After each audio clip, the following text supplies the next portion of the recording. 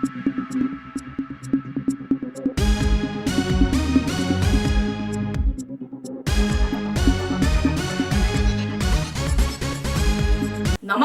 यथार्थ खबरमा तपाईहरुलाई स्वागत छ।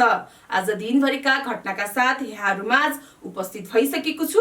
सुरु गरौँ आज दिनभरिका समाचारका शीर्षकहरु। निर्वाचन आचार संहिताको पालनामा गम्भीर बन्न मानव अधिकार आयोगको आग्रह। रासपा उम्मेदवारको गाडीको ठक्करबाट 4 वर्षीय बालिकाको मृत्यु। अमेरिका र रुस बीच परमाणु हतियार नियन्त्रण गर्न अन्तिम सम्झौताको म्याद सकियो। 60 वटा निर्वाचन क्षेत्रको मतपत्र छपाइसकियो। फागुन 3 गते भित्र जिल्लामा पुर्याउने। चुनाव अघि कुनै गठबन्धन हुँदैन कांग्रेस। आसिफको अर्धशतकमा क्यानाडामाथिको नेपाल 6 विकेटले विजयी। ढुक्क हुनुस्, चुनाव एकै चरणमा हुन्छ, प्रधानमन्त्री कार्की। आचार संहिता उल्लङ्घन उजुरीमाथि अनुसन्धान भइरहेको छ आयोग। निर्वाचन क्षेत्रको संवेदनशीलताको आधारमा सृजित सुरक्षा व्यवस्था मिलाउँछौ, गृहमन्त्री अर्याल। सर्लाहीमा लघुवित्तका कर्मचारीमाथि छुरा प्रहार गरेर लुटपाट। शेयरबजार 2700 बिन्दुमाथि उक्लियो। 11 अर्ब 58 करोड रुपियाँको कारोबार। 749 वटा पालिकामा नेपाल टेलिकमको 4G सेवाको पहुँच।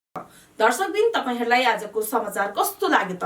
यस्तै ताजा समाचारका लागि हाम्रो च्यानललाई लाइक, फलो, कमेन्ट गर्नुहोला। धन्यवाद।